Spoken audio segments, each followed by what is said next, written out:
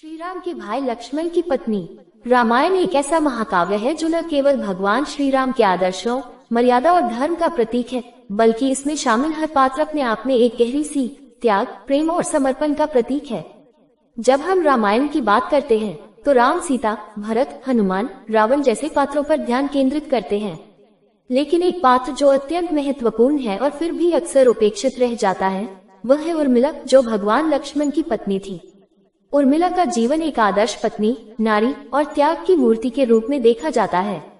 इस लेख में हम उर्मिला के जीवन, उनके चरित्र, उनके त्याग और उनके महत्व के बारे में विस्तार से 1500 शब्दों में चर्चा करेंगे। उर्मिला का परिचय। उर्मिला जनकपुरी की राजकुमारी और राजा जनक की पुत्री थी।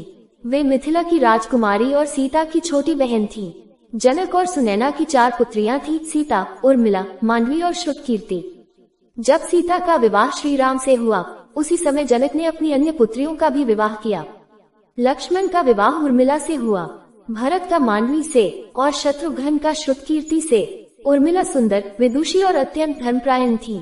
वे न केवल एक राजकुमारी थी, बल्कि एक ऐसी स्त्री थी जिन्होंने अपने पति के धर्म के पालन में अविश्वसनीय त्याग और संयम दिखाया। लक्ष्मण का वनवास और उर्मिला का त्याग। जब राम को 14 वर्षों के वनवास का आदेश मिला, तो लक्ष्मण ने भी बिना किसी संकोच के उनके साथ वन में जाने का निर्णय लिया।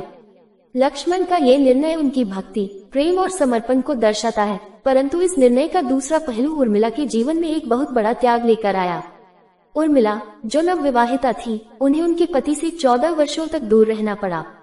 उन्होंने न केवल ये स्वीकार किया, बल्कि बिना किसी शिकायत, बिना किसी विरोध, पूर्ण श्रद्धा और धैर्य के साथ इस वियोग को सहन किया। यह एक सामान्य स्त्री के लिए नहीं, बल्कि एक महान आत्मा के लिए ही संभव था। उर्मिला का वनवास। जब लक्ष्मण ने उर्मिला से विदा ली, तो वह रोई नहीं, गुस्सा नहीं हुई और न ही कोई शर्त रखी। उन्होंने लक्ष्मण से केवल यही कहा कि आप प्रभु राम की सेवा में संलग्न रहें और मेरी चिंता न करें। उन्होंने पति की सेवा को सर्वोपरि माना और स्वयं पीछे हट गए। ये त्याग, ये समर्पण, ये प्रेम उन्हें रामायण की सबसे महान स्त्रियों में से एक बनाता है।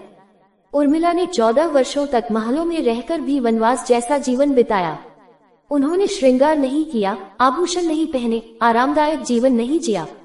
उन्होंने न केवल लक्ष्मण के शारीरिक वियोग को सहा, बल्कि मानसिक, भावनात्मक और आध्यात्मिक स्तर पर भी अपने आप को संयमित रखा। उर्मिला की तुलना सीता से। रामायण में सीता को त्याग और धैर्य की मूर्ति माना जाता है, और यह सत्य भी है। लेकिन यदि सीता का वनवास प्रत्यक्ष था, तो उर्मिला का अप्रत्यक्ष।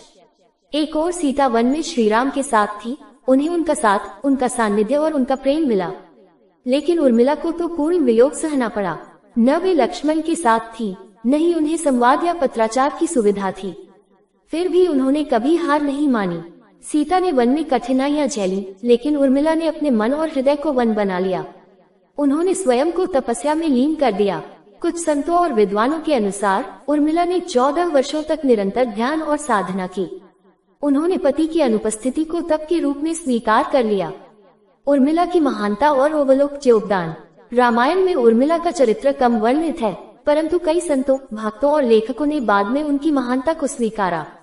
तुलसीदास जी की रामचरितमानस में उर्मिला का वर्णन सीमित है, परंतु भक्त कवियों और अन्य साहित्य में उनके त्याग को अत्यंत महान बताया गया है।